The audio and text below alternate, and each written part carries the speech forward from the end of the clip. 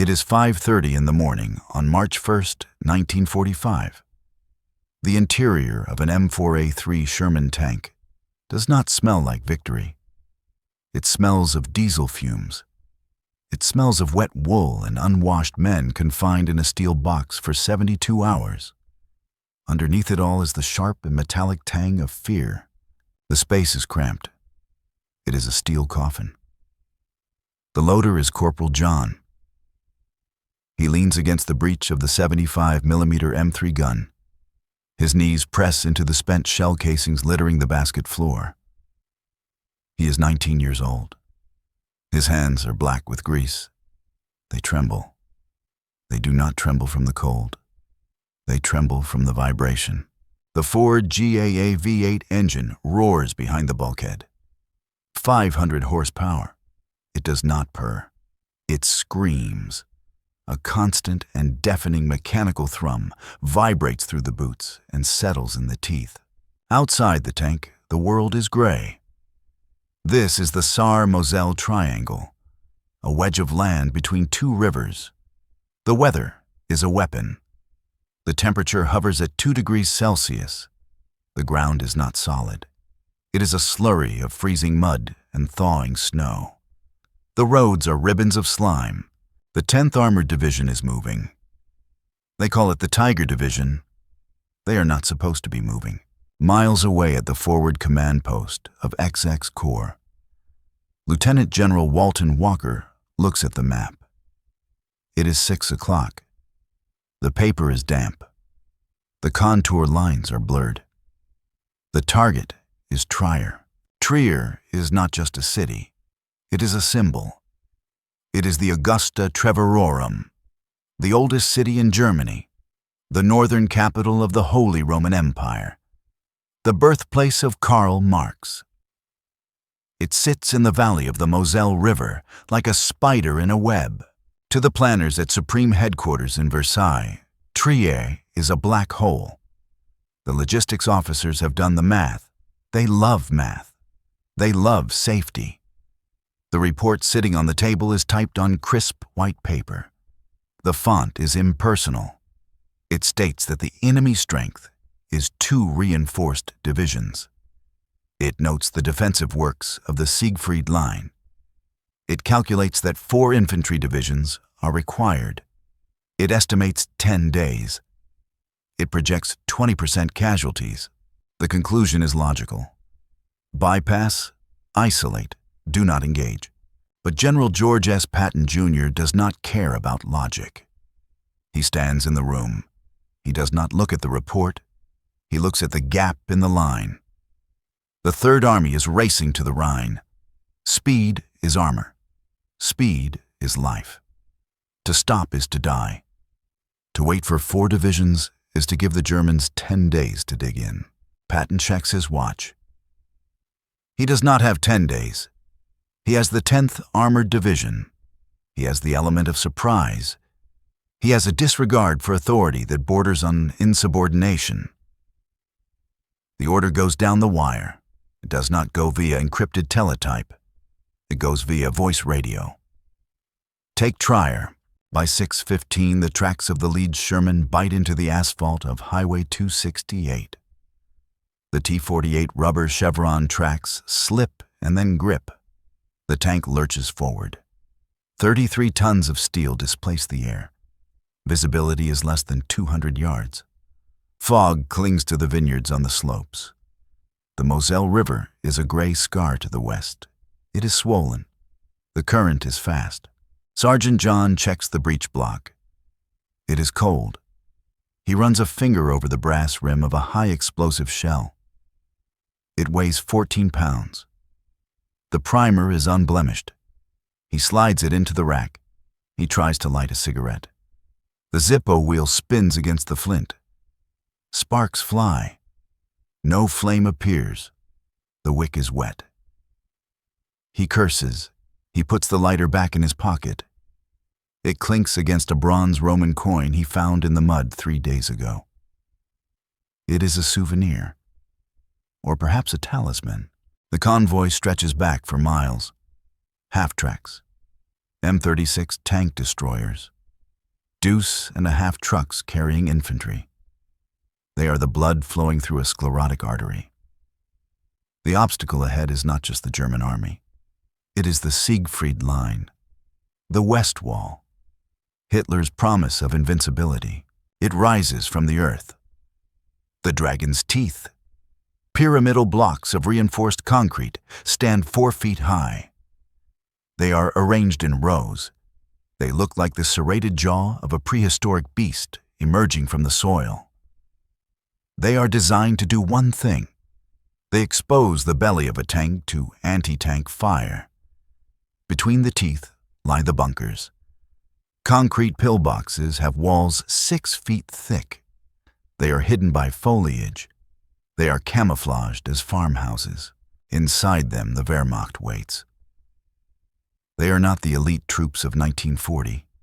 They are the Volksgrenadier, old men, boys with fuzz on their upper lips, broken units cobbled together. But they have the terrain, and they have the 88.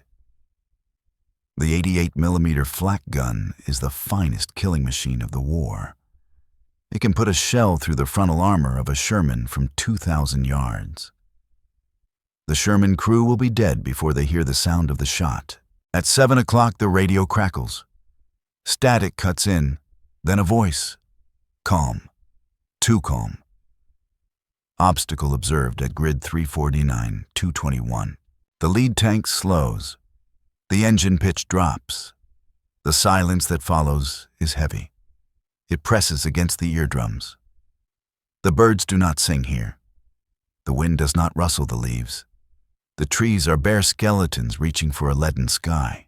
The commander of the lead tank is Lieutenant Miller. He stands in the cupola. He raises his binoculars. The lenses are fogged. He wipes them with a gloved thumb. He sees the road block. He sees felled trees. He sees mines. And behind it, he sees the gray geometry of the dragon's teeth. He presses the throat microphone.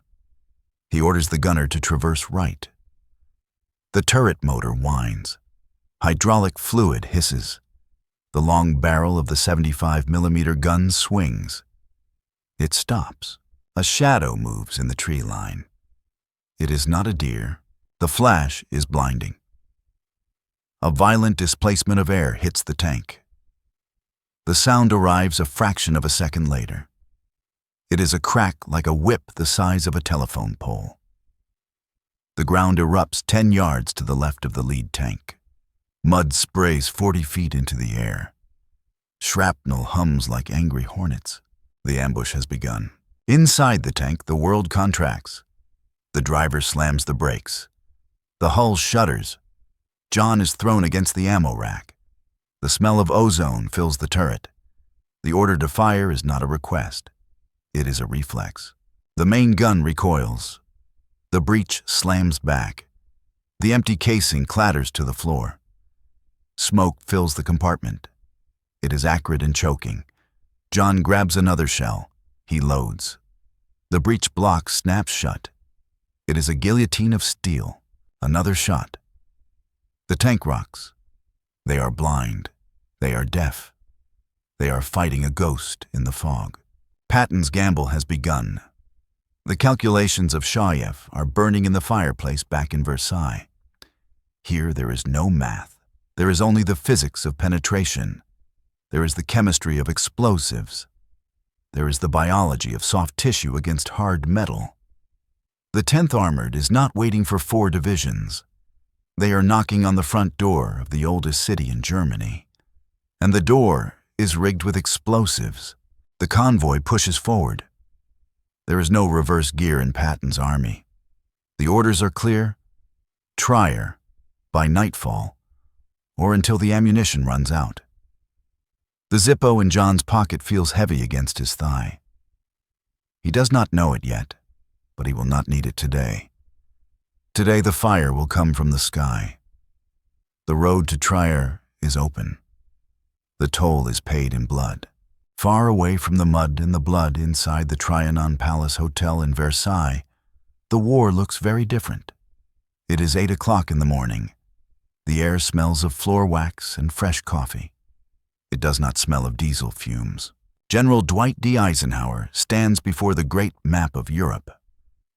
The map covers an entire wall. It reduces the suffering of millions to clean geometry. Red lines represent the Allies. Blue lines represent the Axis. Eisenhower lights a Camel cigarette. His hand is steady. He is not a warrior king. He is a chairman of the board. His job is to manage egos. His job is not to kill Germans. He looks at the sector marked Third Army. George S. Patton. Eisenhower sighs. Smoke curls toward the high ceiling. He picks up a wooden pointer. He taps the region around Trier. The intelligence report on his desk is typed on crisp white paper. It recommends a bypass. It cites logistics. It cites the broad front strategy. Safety in numbers. Squeeze Germany slowly. According to this logic, attacking Trier is a mistake. The terrain is too steep. The Siegfried line is too thick. But logic does not apply in Oberstein, Germany.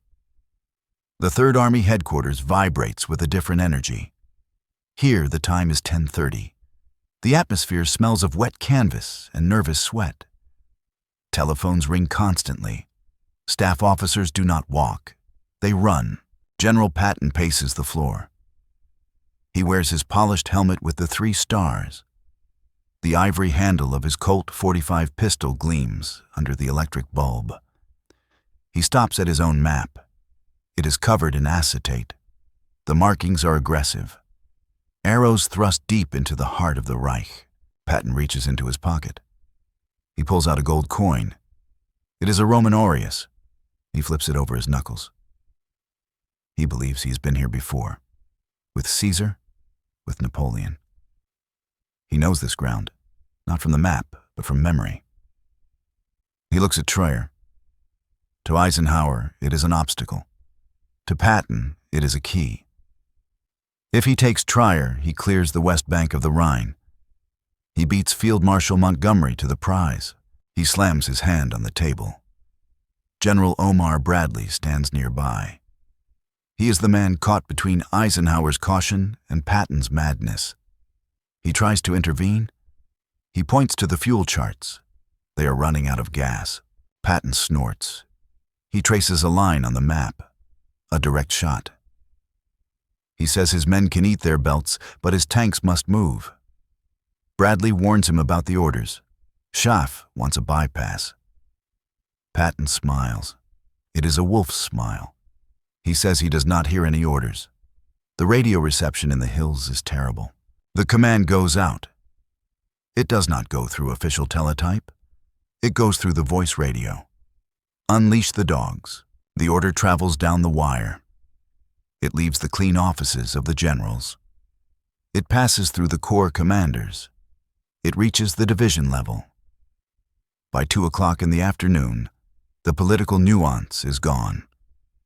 The strategic debate is gone. The order reaches the 10th Armored Division. It is stripped naked. Attack Trier. Major General Morris receives the message. He looks at his fuel gauges.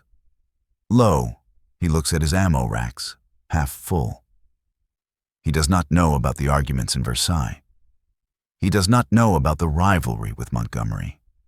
He only knows he has been given an impossible task. He calls his subordinate commanders. He tells them to go straight up Highway 268. The officers look at each other. They know what is waiting for them. The 88s, the mines, the concrete teeth. Back in the tank, Corporal John feels the engine pitch change. The waiting is over.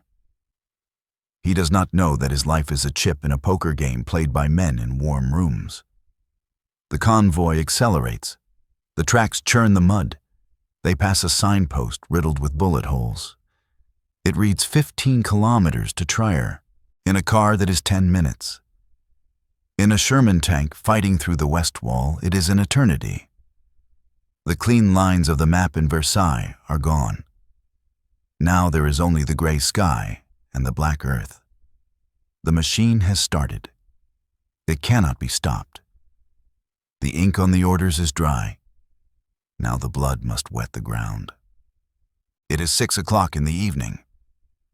The location is south of Trier, with Combat Command B of the 10th Armored Division. The engine of the Sherman tank idles. It breathes like a beast in its sleep. Inside the turret, the heater is broken. It has been broken since the division left Metz. The temperature is dropping towards 0 degrees. Sergeant John sits on the leather seat of the loader's station.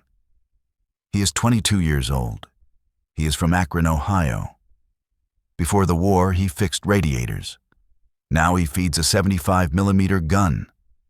He pulls a Zippo lighter from his breast pocket. It is silver and dented. The hinge is loose. On the side, 3 letters are scratched into the chrome with a bayonet tip. They read S-U-E. He flips the lid and strikes the wheel. A small yellow flame dances.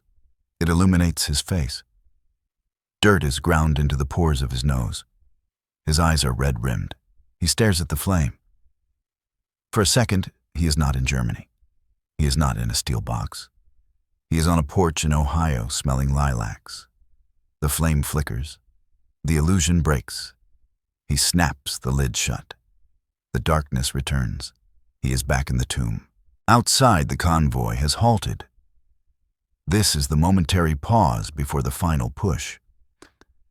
The men of the 20th Armored Infantry Battalion are dismounting from their half-tracks. They urinate against the treads of the tanks. They check their M1 Garand rifles. They tighten their bootlaces. They are the chips. General Patton plays with gold coins.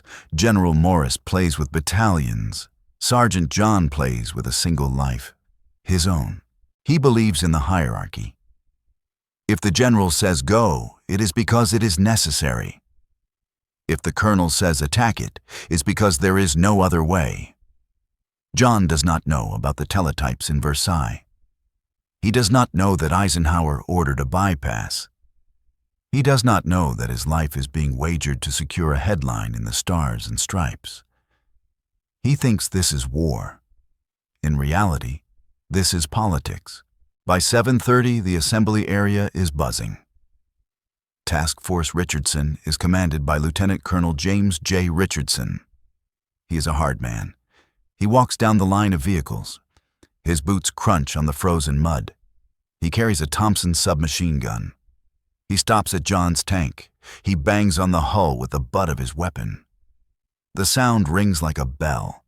He orders them to button up. He says they move in 5 minutes. Inside the tank, the crew shifts. The driver is a kid named Miller from Brooklyn. He revs the engine. The Ford V8 screams. The needles on the gauges jump.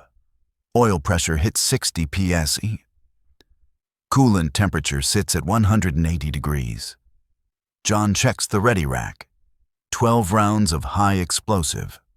5 rounds of armor-piercing. 3 rounds of white phosphorus. Each shell weighs roughly 14 pounds. John has lifted tons of steel in the last month. His back aches. His fingers are permanently curled. He looks at the armor-piercing round. The tip is black hardened steel. It is designed to punch through the face-hardened plate of a German Panzer. It is a physics problem. Mass times velocity. If John is fast, the German tank dies. If John is slow, the Sherman dies. It takes 4 seconds to load a round. Open breech, extract casing, grab shell, insert shell, clear breech. 4 seconds. In those 4 seconds, a German Panther tank can fire 2 rounds. John wipes his hands on his trousers. They are sweating. At 8:15, the radio clicks. The code word is lumberjack. The column lurches forward. They are entering the killing zone. The approach to Trier is a funnel. Hills rise on both sides. The road is a ribbon of death. John looks through the periscope. The glass is thick and green-tinted. The world outside is distorted. Trees are blurred shapes. Houses are jagged blocks. He sees a farmhouse burning. The roof has collapsed. Sparks spiral into the night sky. A cow lies dead in the ditch. Its legs point up in rigor mortis. This is the landscape of the damned, and the Germans are waiting. They are not just nameless enemies. They are men like Obergefreiter Hans. He is 19 years old. He sits in a foxhole 2 miles ahead. He holds a Panzerfaust anti-tank weapon. Hans is cold. He is hungry. He wants to go home. But he has orders too. Hold the line. Defend the fatherland. Patton's ambition is driving a steel wedge towards Hans's fear. Sergeant John feels the tank dip. They are crossing a culvert. The suspension groans. The tracks squeal. He touches the Zippo in his pocket again. It is a talisman. He wonders if Sue is looking at the moon right now. He does not know that in 10 minutes the moon will be obscured by smoke. He does not know that the vehicle in front of them is an M5 light tank. He does not know it is about to drive over a Tellermine 43. He does not know that the explosion will vaporize 3 men instantly. He sits in the dark. He waits for the noise. He is a good soldier. He trusts the system. The system does not care. The tracks grind on. They are counting down. It is 8:30 at night. The forest closing in on the road is not a forest. It is a cage. The pine trees are tall and black. They press in on the asphalt. The branches interlock overhead and blot out the sky. There are no stars. There is only the tunnel. The column moves at a crawl. 2 miles per hour. The sound of the engines changes here. In the open fields, the roar dissipates. Here under the canopy, the noise is trapped. It bounces off the trunks and echoes back. It is a low-frequency vibration that rattles the fillings in the teeth. Inside the lead, Sherman Lieutenant Miller keeps the hatch open. He needs to see. He exposes his head to the freezing air. The wind has died. The silence of nature is absolute. No owls, no foxes, no rustling of dry leaves. The wildlife fled days ago. They sensed the vibration of the earth. The only thing alive here is the machine. Miller strains his eyes against the gloom. Shadows dance. Every stump looks like a soldier. Every fallen branch looks like a gun barrel. The tension is a physical weight sitting on the chest. It restricts breathing. By 9 o'clock, they emerge from the tree line. And there they are, the dragon's teeth. The Germans call them Höckerlinie. They stretch across the valley floor like a scar, 4 rows of reinforced concrete pyramids. They are ugly and brutal and efficient. Each tooth stands 4 feet high. They are spaced perfectly to catch the tracks of a tank. They are designed to belly it up and leave it spinning its treads in the air like an overturned turtle. They are rooted deep on a single foundation of concrete running beneath them. To the engineers of the Third Reich, this is a masterpiece. To the men of the 10th Armored, it is a graveyard. The lead tank stops. The entire column stops. The accordion effect ripples back 3 miles. Silence returns, but it is heavy. The engine of Miller's tank idles. The exhaust puffs white clouds into the darkness. The heat shimmers and distorts the view of the concrete blocks. Miller looks at the gaps. There are none. The road is blocked by a steel gate. Heavy I-beams are welded together. Behind it lies a crater. The map says this sector is lightly defended. The map lies. Inside the hull, Sergeant John feels the stop. The sudden lack of motion is more terrifying than the movement. Motion means life. Stasis means target.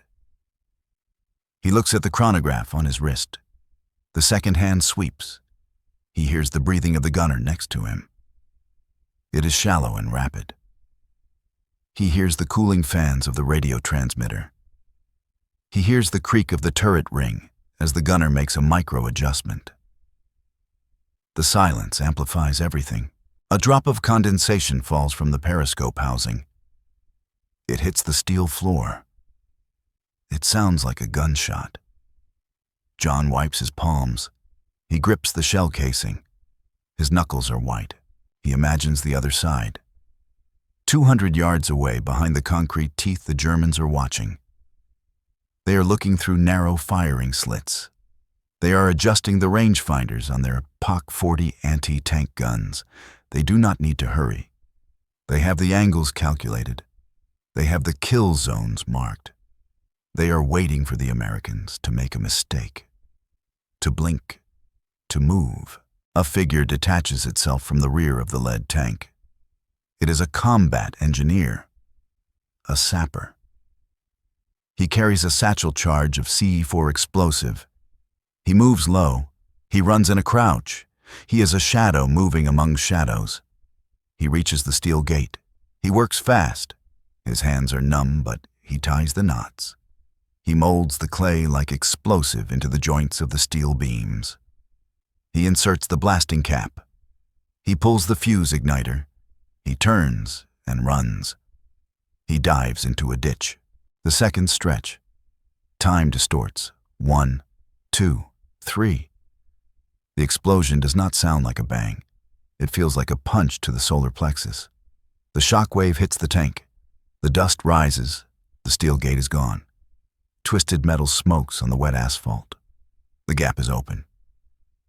But the silence is broken. The detonation is a dinner bell. From the darkness beyond the dragon's teeth, a flare shoots up. It hisses as it climbs. It is a magnesium star. It pops. The landscape is bathed in a stark and artificial light. Harsh white shadows appear. The concrete teeth gleam like bone. The tank is exposed. It is naked. Then comes the sound. It is not an explosion. It is a tearing sound like canvas being ripped by a giant hand. It is the MG-42 machine gun, Hitler's zipper, 1,200 rounds per minute. The bullets hammer the front armor of the Sherman. They do not penetrate. They disintegrate. Sparks shower the hull. Lead splashes against the vision blocks. Lieutenant Miller screams into the intercom that there is contact front. The waiting is over. The suspense is dead. The symphony has begun. The percussion is the 75mm gun. The brass is the scream of ricochets. The strings are the whine of the turret motors. The beast wakes up. Sergeant John slams a shell into the breech. The block snaps shut. He yells on the way. The tank lurches. The gun fires. The dragon's teeth are illuminated by the muzzle flash. For a split second, they look like tombstones. And then darkness returns until the next flash. The road to Trier is no longer a road. It is a shooting gallery. And the 10th Armored Division is the target. The trap snaps shut at 20 minutes before 10. It does not start with a noise. It starts with a vacuum. The air is sucked out of the valley as the German 88 guns speak. The Flugabwehrkanone 88 is the German jagged edge. It is not designed to kill tanks. It is designed to kill airplanes at 20,000 feet. Aimed horizontally at point-blank range, it does not just penetrate, it eviscerates. The shell travels faster than sound. There is no warning whistle. There is no incoming scream. You die before you hear the gun go off. The second tank in the column is an M4A3 named Lucky Lady. It takes the first hit. The shell strikes the sponson just above the tracks. The physics are absolute. A solid slug of steel moving at 2,600 feet per second meets a 1-inch steel plate. The armor does not bend. It liquefies. The kinetic energy transfers instantly. The hull of the 30-ton tank jumps. The tracks leave the ground. Then the ammunition cooks off. The Sherman is notorious for this. The British call them Ronsons because they light the first time every time. A column of flame erupts from the commander's hatch. It shoots 50 feet into the air. It is a blowtorch. It is white and hot and blinding. There are no screams from inside. The oxygen is consumed in a microsecond. The crew is not burned. They are incinerated. They become carbon statues fused to the controls. Panic floods the radio net. Drivers slam gears into reverse. Tracks slip on the icy mud. Tanks collide. Metal grinds against metal. It is a chaotic ballet of steel elephants. But the order cuts through the noise. It comes from Lieutenant Colonel Richardson. It is cold.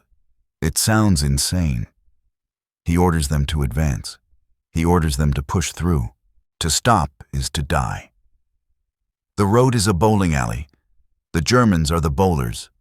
The tanks are the pins. If they stay on the road, they will be picked off one by one. They must close the distance. They must get inside the guard of the 88s. Lieutenant Miller screams into the intercom for the driver to go hard left and get off the road. The tank lurches off the asphalt. It smashes through a fence. It crushes a frozen grapevine. The suspension bottoms out. Inside the turret, Sergeant John is thrown against the bulkhead. His helmet strikes steel. His vision blurs. The turret is spinning. The gunner is hunting for a target. He yells that he sees a muzzle flash at 11 o'clock. John grabs a shell. It feels slippery. It is blood. He cut his hand on the rack, but he does not feel it. Adrenaline is a powerful anesthetic. He shoves the round home. The breech block snaps. It sounds like a jail cell closing. The main gun fires. The recoil in the confined space is violent. The breech slams back to within inches of John's chest. The empty casing ejects. It hits the floor with a heavy brassy weight. It smokes. It rolls around his feet, hot enough to melt boot rubber. The tank fills with fumes. Cordite mixes with ammonia and carbon monoxide. The ventilator fan hums, struggling to clear the air. It is losing the battle. John coughs. He gags. He reaches for another shell. He loads. He fires. He is a machine serving a machine. By 10 o'clock, the battlefield is a hallucination. Burning tanks provide the light. Shadows stretch and twist. The German infantry is moving. Volks grenadiers swarm out of the bunkers carrying Panzerfausts. One of them pops up from a drainage ditch 10 yards away. Miller sees the shape of the tube through the vision slit. The coaxial machine gun opens up. Tracers stitch the darkness. Red lines of light cut through the smoke. The German soldier jerks. The Panzerfaust falls from his hands. He collapses into the mud. But there are more. Explosions walk across the ground. Mortar rounds churn the earth. The frozen soil becomes shrapnel. Rocks strike the hull like hail. A piece of shrapnel severs the radio antenna. The connection to the world is cut. They are alone in the box. The worst part is not the noise. It is the smell. The wind shifts. It blows from the burning wreckage of the Lucky Lady. It is a sweet and cloying scent.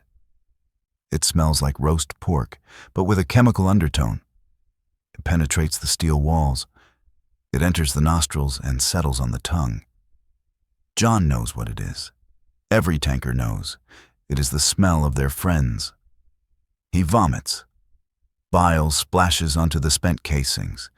He wipes his mouth with his greasy sleeve. He grabs another shell. He cannot stop. If he stops, he dies. If he dies, his mother gets a telegram. He cannot let his mother get a telegram. They push through the first line. The dragon's teeth are behind them. The bunkers are burning.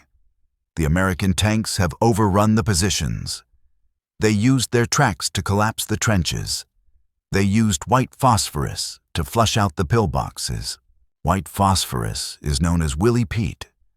It does not explode. It bursts. It creates a cloud of white smoke and tentacles of burning chemical. It burns at 5,000 degrees. It sticks to skin. It burns underwater. It burns until there is no oxygen left or no flesh left. A German soldier runs from a bunker covered in white fire. He screams. It is a high and thin sound that is not human. He rolls in the snow. It does not help. The fire feeds on him. Lieutenant Miller looks away. He presses the mic switch and orders them to keep moving. They are not soldiers anymore. They are butchers. The road ahead leads down into the valley towards the lights of the city. Trier sits there waiting. Patton was right. The crust was hard, but the inside is soft. Or so they hope. The tank rolls over a body. The tracks make a wet snapping sound. John tries not to imagine what it was. He tells himself it was just a log. He touches the Zippo. The metal is cold, but his hand is hot. The chaos recedes behind them, but a new hell waits ahead. Street fighting, urban warfare. It is the worst kind of war. In the forest you fight trees. In the city you fight windows. You fight cellars. You fight sewers. Every brick is a weapon. Every shadow is an assassin. The 10th Armored rolls on. Their paint is scorched. Their antennas are broken. Their tracks are covered in gore. They are the spearhead.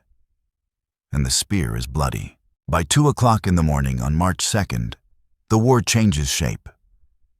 In the forest, it was horizontal. Tank fought against tank. Gun fought against gun. Inside the city limits of Trier, the war becomes vertical. Trier is a labyrinth. It is a medieval web of narrow alleys and stone arches and 3-story houses. The Sherman tank is 20 feet long and 9 feet wide. The street is 10 feet wide. The physics of urban combat are cruel.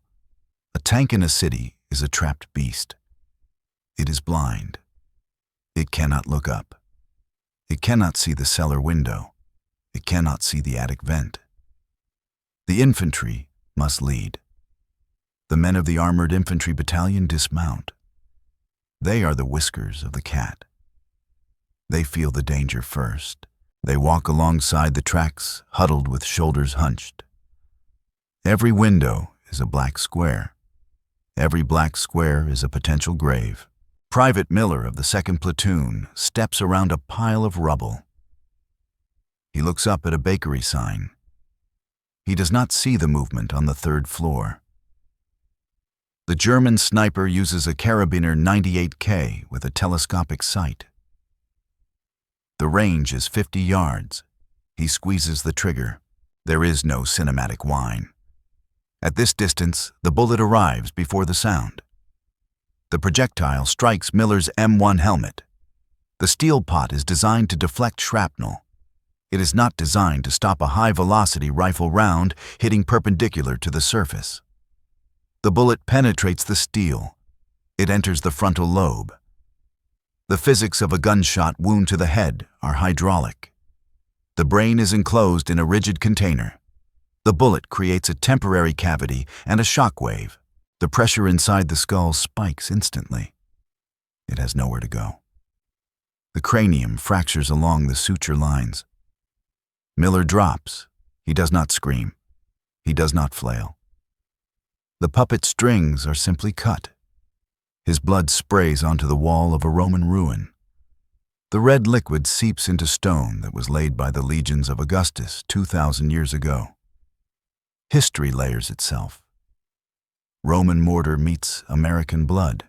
The street erupts. Sergeant John hears the shout through the open hatch. He does not need a target description. He knows the drill. The order is for canister. Canister shot is a shotgun shell for a cannon. It is a tin cylinder filled with 1,200 steel balls. John slams the round in. The breech closes. The gunner aims at the bakery window. The muzzle blast in the narrow street is cataclysmic. It shatters every window for 2 blocks. The pressure wave knocks men off their feet. The canister round leaves the barrel. The tin skin shreds. The steel balls spread out. They turn the facade of the building into dust. Brick turns to powder. Wood turns to splinters. Glass turns to mist. If the sniper is still there, he ceases to exist as a biological entity. He becomes part of the debris. Progress is measured in inches. They take a house. They clear the cellar. They clear the attic. They move to the next house. They blast holes through the walls in a tactic called mouse-holing. They throw grenades through the jagged openings. They spray the rooms with Thompson submachine guns. Then they step over the bodies and do it again. Lieutenant Colonel Richardson marks his map. A grease pencil cross over a street intersection represents a cost. That intersection cost him 3 men. It is a 1% loss of combat effectiveness for 10 yards of asphalt. He does not sleep. He drinks cold coffee from a canteen cup. He watches the casualty reports pile up. They are paving the street with bodies. At 4 o'clock, the sun is still hours away. The city is lit by burning buildings. In a cellar on Simeonstrasse, a squad of Americans kicks down a door. Inside, there are civilians.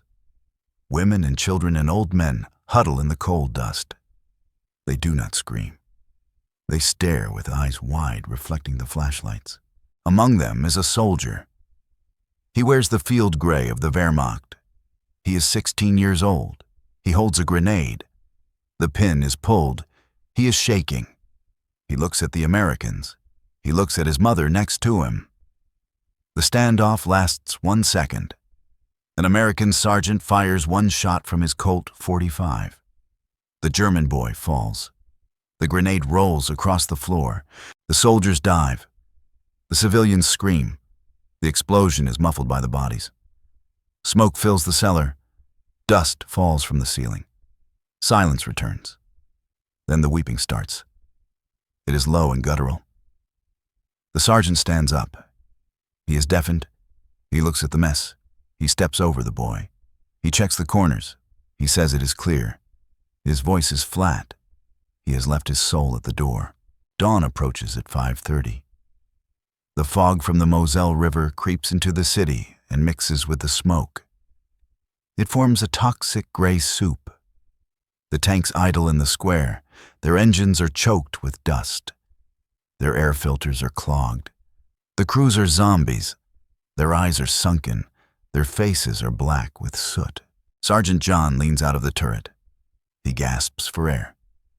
The city smells of wet plaster and pulverized brick and death. He looks down at the tracks. They are clogged with debris. A bicycle frame, a mattress spring, a crushed Wehrmacht helmet, and something else, a boot.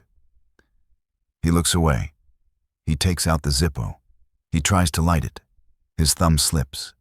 His hands are too slick. He puts it away. They have taken the city center.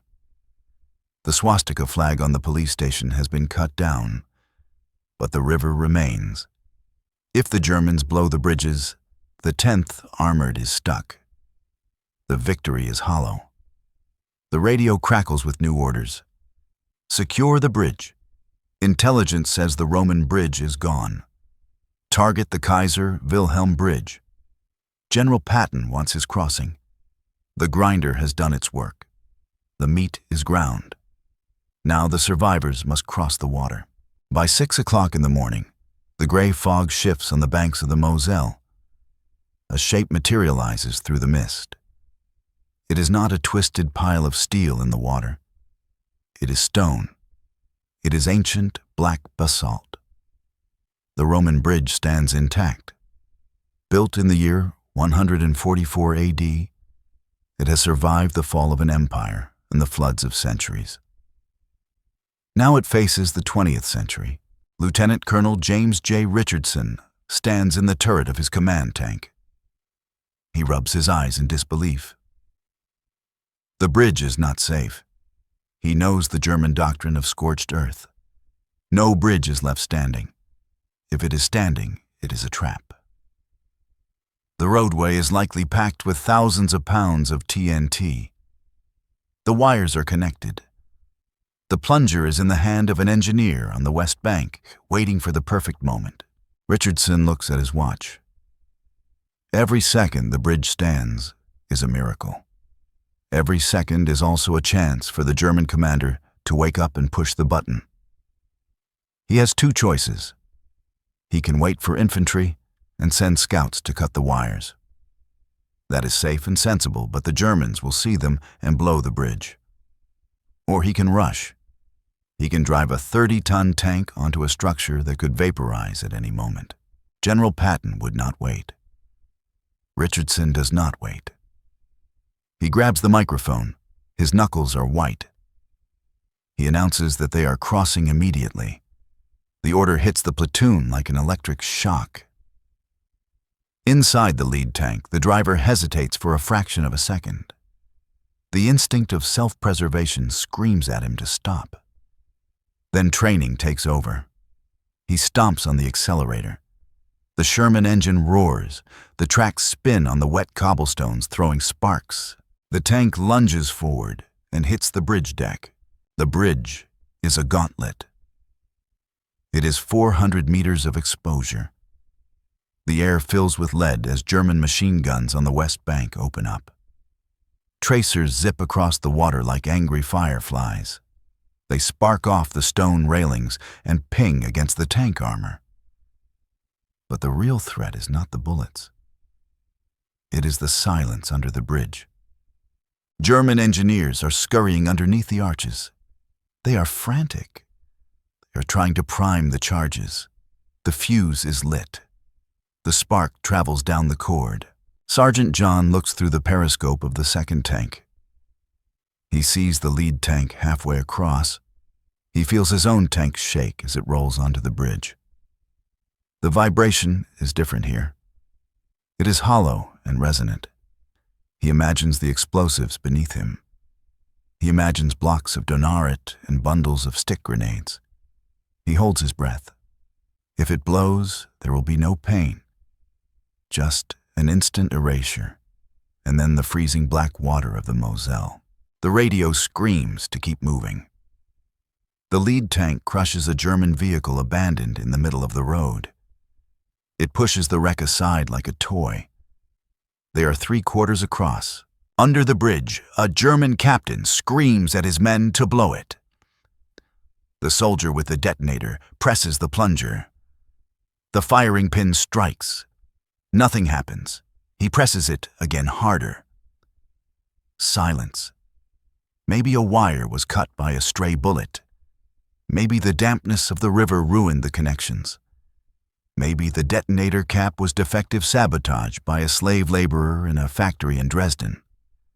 Or maybe the god of war simply decided to flip a coin. The spark dies in the wire. The lead tank smashes through the barricade on the west bank. It lands on solid ground. It spins its turret and fires a canister round. The shot shreds the German demolition team near the bridge abutment. They are dead before they can fix the wire. Richardson's tank follows, then the third, then the half-tracks. They pour across the bridge like a flood. The gamble has paid off. By 6:30, the firing dies down. The Germans are retreating up the hill towards the statue of the Virgin Mary overlooking the city. On the west bank, the Americans stop. The engines idle. The adrenaline leaves the bloodstream and is replaced by the shakes. Sergeant John climbs out of his hatch. His legs are jelly. He slides down the armor and hits the ground. He looks back at the bridge. It stands there imposing and eternal. He walks over to the railing and looks down. He sees a bundle of explosives strapped to the pier. The wire is dangling. It is severed. 6 inches of copper wire separated him from eternity. He pulls out a cigarette. He reaches for his Zippo. His hand shakes so badly he drops the lighter. It hits the stone with a metallic sound. He leaves it there. He does not want to pick it up. He does not want to touch anything. Lieutenant Colonel Richardson sends the report at 7 o'clock. It is short and historic. Bridge intact. Crossing secured. Trier is ours. The message travels up the wire to Corps and then to Army, and finally to General Patton. The speed of the transmission is instantaneous, but the reality is slow to sink in. They have done the impossible. They have taken the oldest city in Germany against the map and against the orders. But the victory is fragile. They are alone on the West Bank. The rest of the army is miles behind. They are low on fuel and ammo. Richardson looks at his men. They are slumped against the tank tracks, sleeping or staring at nothing. They are not heroes. They are survivors. The fog lifts completely by 7:30. The sun breaks through and illuminates the carnage. Bodies lie on the bridge. Vehicles burn. The water of the Moselle is streaked with oil and blood. A piece of paper blows across the road. It is a German propaganda leaflet claiming the West Wall is impenetrable. An American tank track rolls over it, pressing it into the mud. The battle for the city is over. The battle for the narrative is about to begin. While Richardson was fighting for the bridge, the teletype machines in Versailles were typing out a different story, a story of caution. The collision between the reality on the ground and the fantasy of the headquarters is coming. By 10 o'clock in the morning on March 2nd, General George S. Patton, Jr. stands in the shadow of the Porta Nigra. The Black Gate rises like a mountain of sandstone. It is darkened over 2,000 years of weather and coal smoke. It was built by the Romans to keep the barbarians out. Today, the barbarians are here driving Sherman tanks. Patton does not look like a man who has not slept. He is shaved. His uniform is pressed. His boots are polished to a mirror shine. In the reflection of his toe cap, you can see the ruins of the Third Reich. He holds his riding crop and taps it against his thigh. The city around him is a graveyard. Roofs are gone. Walls are pockmarked. The streets are carpeted in glass shards that crunch under the tires of the jeeps. The silence is returning. It is not the silence of peace. It is the silence of exhaustion. A Willys jeep screeches to a halt, splashing mud on the Roman cobblestones. A major from the Signals Corps jumps out. He looks nervous. He holds a clipboard with a piece of yellow paper. It is a telegram from Supreme Headquarters in Versailles.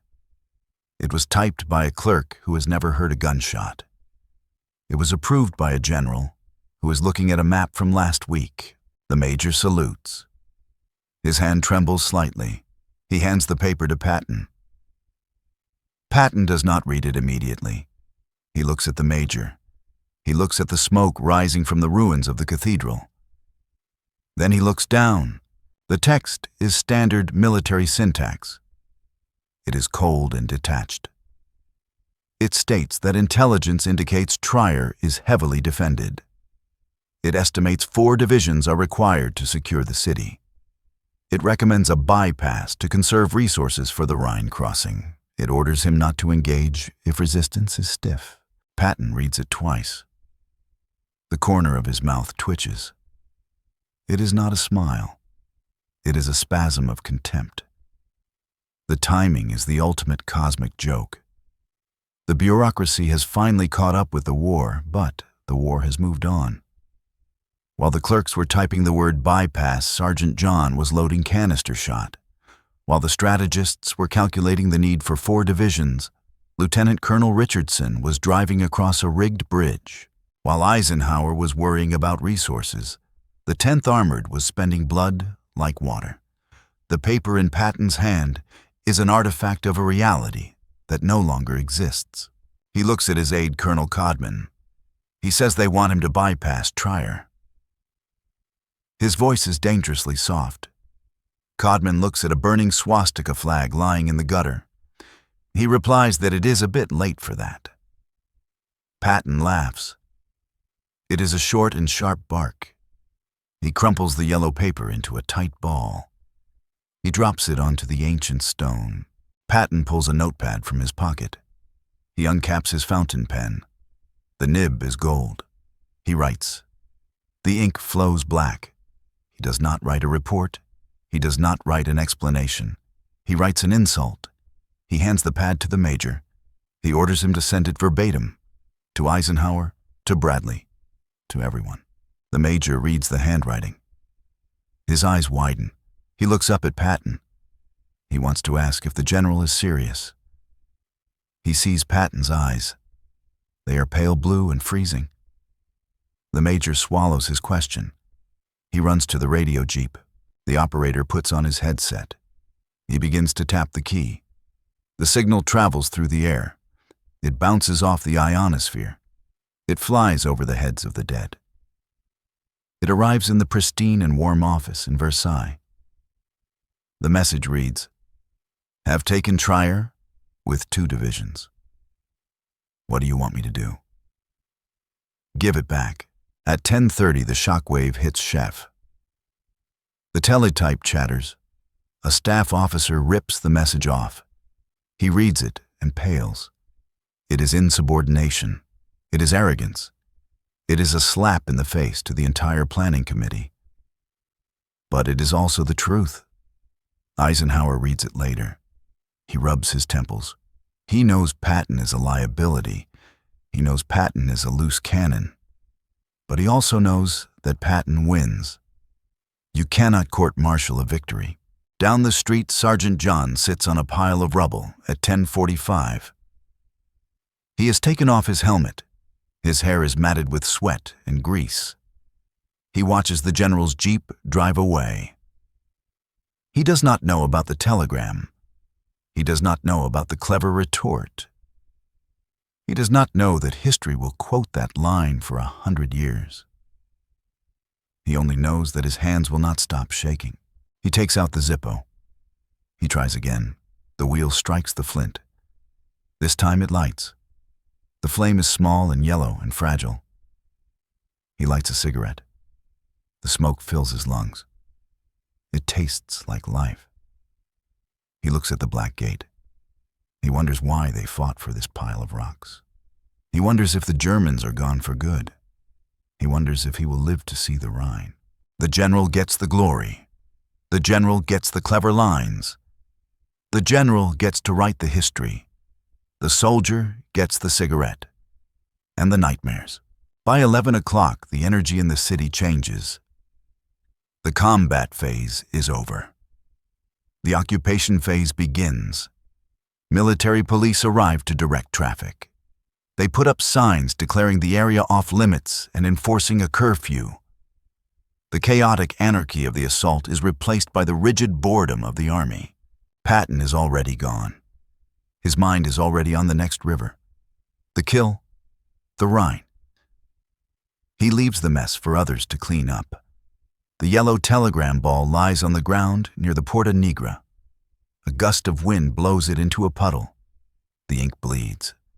The words bypass recommended dissolve into a blue smear. The tank tracks grind on. They head east, always east toward the heart of the monster. By 2 o'clock in the afternoon on March 3rd, the adrenaline is gone. In its place comes the hangover, not from alcohol, from survival. The noise of the battle has faded. The screaming of the engines has moved east. The sharp crack of the 88s is just a memory ringing in the ears. Now there is only the sound of cleanup. Shovels scrape on pavement. Bulldozers rumble pushing debris. Winter flies buzz, having miraculously survived the frost to find the feast. The city of Trier is a carcass.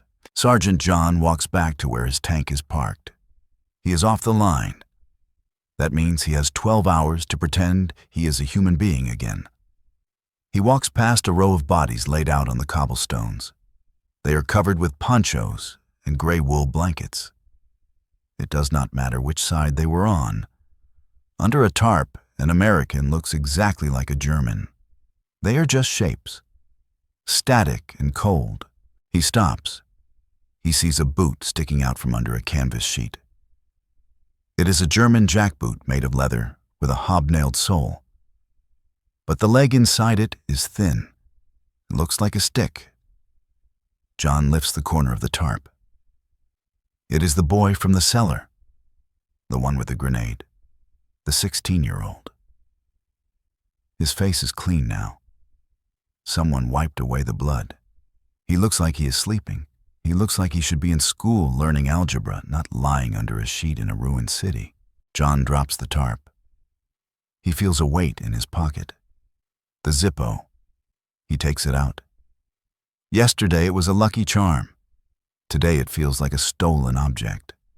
It is a piece of loot taken from the grave of his own innocence. He tries to light a cigarette. The flame comes up, but his hand is shaking again. Not from fear this time, from rage. A quiet and simmering rage. The Signal Corps has set up a temporary station in the basement of the post office by 3 o'clock. The teletype machines are clattering again. They are sending reports on logistics and casualty lists and requests for fuel. And congratulations, the newspapers back home are printing the headlines. Patton takes Trier. Third Army crosses Moselle. They use words like gallant and dash and brilliant. They do not use words like brain matter or burning flesh or 16-year-old boys. The operator rips a sheet of paper from the machine. It is the casualty report for the 10th Armored Division. Killed in action 324. Wounded in action 879. Missing 42. These are not just numbers. Each number is a telegram. Each telegram is a mother collapsing on a kitchen floor in Ohio or Texas or New York. The operator spikes the paper onto a metal spindle. It joins the pile. It is just paperwork. At 4 o'clock, John walks to the edge of the river. The Moselle flows silently. It is indifferent. It has seen the Romans. It has seen the Franks. It has seen the Prussians. Now it sees the Americans. It swallows them all. He holds the Zippo in his hand. He thinks about Sue, his wife. He wonders if he can ever tell her what he did in that cellar. He realizes he cannot. If he tells her, he brings the war into their home. He brings the smell of the burning tank into their bedroom.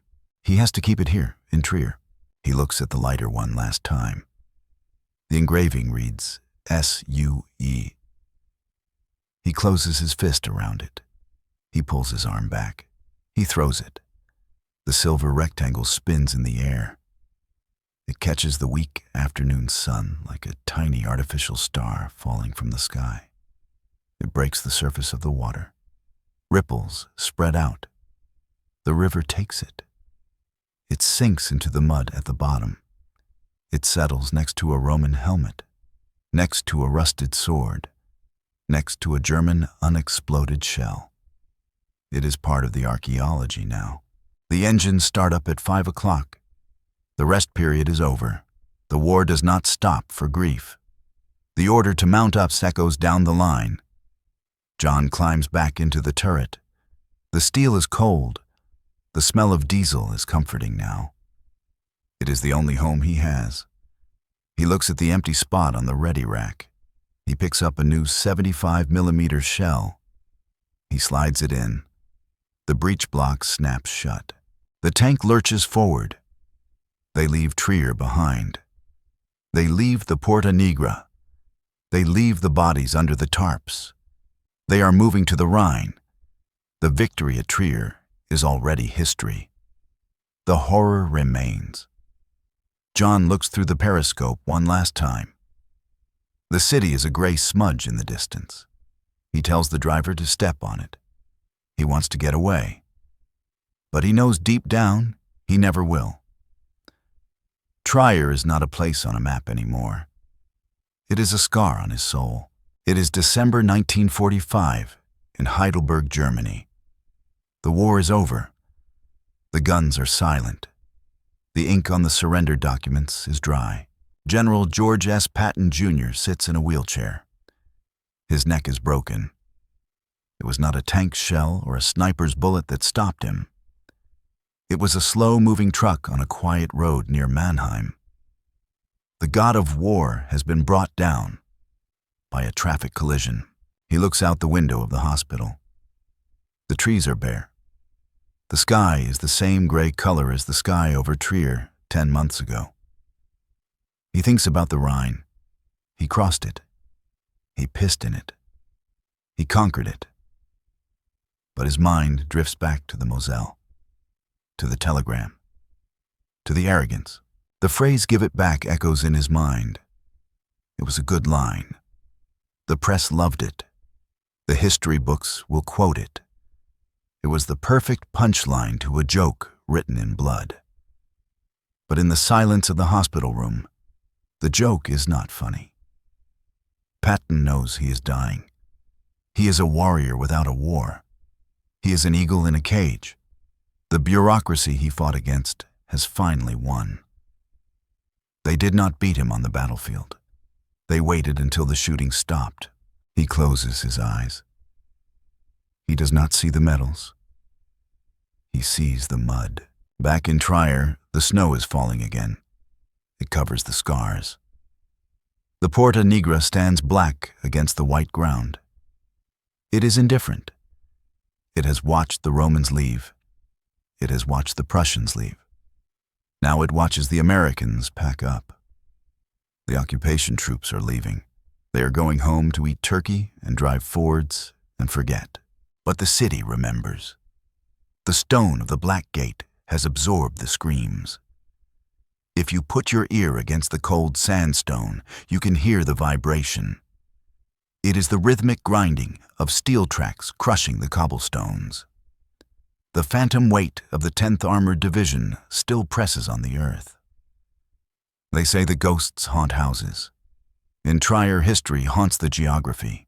Let us look at the ledger. Patton was right. The capture of Trier was a masterpiece of speed. It unhinged the German defenses. It saved weeks of fighting. It likely shortened the war. But ask the mother of the boy in the cellar if the speed was worth it. Ask the wife of Private Miller if the headline was worth the bullet in his brain. War is a business of trading lives for real estate. Patton was a shrewd businessman.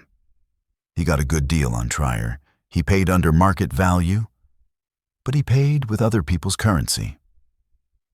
The telegram remains the defining artifact. It is framed in museums. People laugh when they read it. It is the epitome of American swagger. But underneath the swagger is a terrifying truth. To be a great general, you must be willing to feed men into a meat grinder and make a joke about the output. You must be able to look at a map and see lines, not veins. Patton could do that. That is why he won. That is why he is a legend. And that is why he is a monster. The Moselle River flows on. Deep in the silt, buried under 10 months of sediment, lies a silver Zippo lighter. The mechanism is rusted shut. The flint is dissolved. It will never spark again. It lies next to the Roman coin. 2 empires, 2 soldiers, 2,000 years apart. Both believing they were fighting for civilization. Both forgotten by the water. Sergeant John is back in Ohio. He works in a factory now. He makes refrigerators. They are white and clean and cold. He wakes up at night sweating. He smells the diesel. He smells the roast pork. He does not tell his wife about the cellar. He does not tell her about the boy. He kisses her on the forehead and goes to the porch to smoke. He lights his cigarette with a match. He never bought another lighter. He is alive. But a part of him is still standing on the bridge in Trier, waiting for the explosion that never came. History is written by the victors. We build statues of Patton. We name tanks after him. We quote his telegrams. We admire the audacity of the man who told Eisenhower to go to hell. We love the rebel. We love the maverick. But history is a selective memory. It forgets the trembling hands of the loader. It forgets the smell of the burning Sherman. It forgets the silence of the city after the guns stop. Trier was a victory. But every victory is a tragedy with a flag on top. Stand in the middle of the Porta Nigra today. Close your eyes. Ignore the tourists. Ignore the traffic.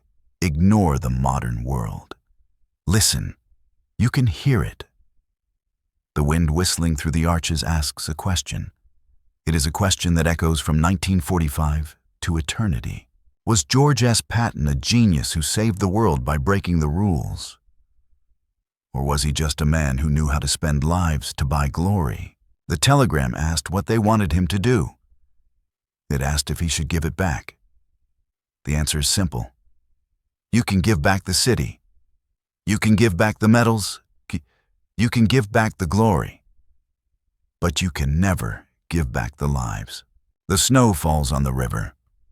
The water is black. The current is fast. It moves on. It waits for the next war. It waits for the next Patton. And it waits for the next John to pay the bill.